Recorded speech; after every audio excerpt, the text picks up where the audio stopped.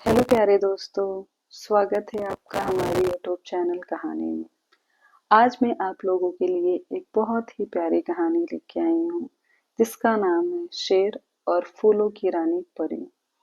बहुत समय पहले की बात है। एक घना और रहस्यमय जंगल था, जिसका नाम था गंधवन। इस जंगल का राजा एक बलवान और वीर शेर था, जिसे जंगल के जानवर सिंहराज कह के बुलाया करते थे।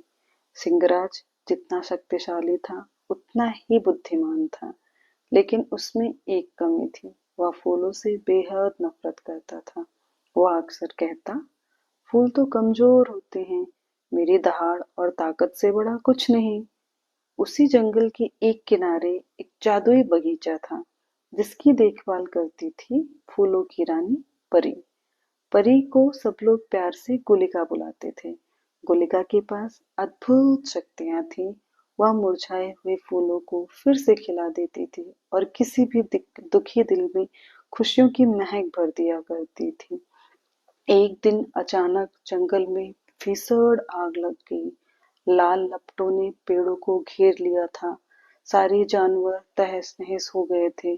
कुछ जानवर अपनी जान बचाने के लिए इधर उधर भागने लगे। उसी जंगल की आग में सिंहराज भी फंस गया। उसकी सारी ताकत उस भयानक आग के सामने बेबस हो गई। तभी हवा की एक झोंके की तरह परी गुलिका वहां पहुंची।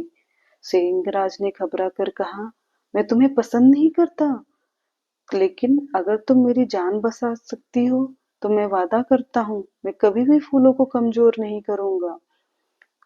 गुलिका ने बोला, सिंहराज, तुम्हारी जान बचाना हम परियों का कर्तव्य है, और मैंने जंगल के बाकी जानवरों की हेल्प की, तो मैं आपकी जान बचाने आ गई। सो सिंहराज ने बोला, लेकिन मैं सोच रहा हूँ, तुम तो इतनी कोमल हो और तुम परियों फूलों की परी हो, तो तुम मेरी जान कैसे बचाओगी? गुलका ने हल्की मुस्कान के साथ कहा, मैं अपनी फूलों की छड़ी घुमाऊंगी और मेरी फूलों की बेलें आके आग बुझाने में मदद करेंगी। सिंहराज ने निवेदन किया, प्लीज तुम मेरी जान बचा लो, मैं वादा करता हूँ मैं फूलों को कभी कमजोर नहीं कहूंगा। होलिका ने तुरंत अपनी फूलों की छड़ी घुमाई। एक गुलाबी बेल निकली, जिसने आग को ढाकर बुझा दिया। कुछ ही पलों में गंधवन फिर से सुरक्षित हो गया और सभी जीव जंतु बहुत खुश हुए। सिंहराज आश्चर्यचकित रह गया और धीरे से बोला, तुम्हारे फूल तो सच में ताकतवर हैं। गुलका ने मुस्कुराकर कहा, सिंहराज, ताकत सिर्फ शेर की दहाड़ में नहीं होती, कोमल में कोमलता में भी अद्भुत शक्ति छुपी होती है।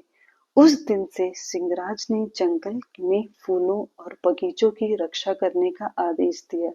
गुलिका ने खुश होकर उसे फूलों का रक्षक घोषित कर दिया।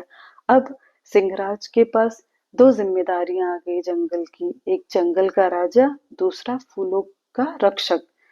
अभी इस कहानी से हम लोग को बहुत सारी सीख मिलती है। सो हमारा निवेदन है कि आप जो भी सीख है, आप कमेंट में मेंशन करिए। एक सीख मैं आपको जाते जाते अपनी तरफ से दे के जाऊंगी, कोमलता कोई कमजोरी नहीं होती है, बल्कि हमारी सबसे बड़ी ताकत होती है। धन्यवाद प्यारे मित्रों, हम लोग फिर मिलेंगे एक दूसरी कहानी के साथ।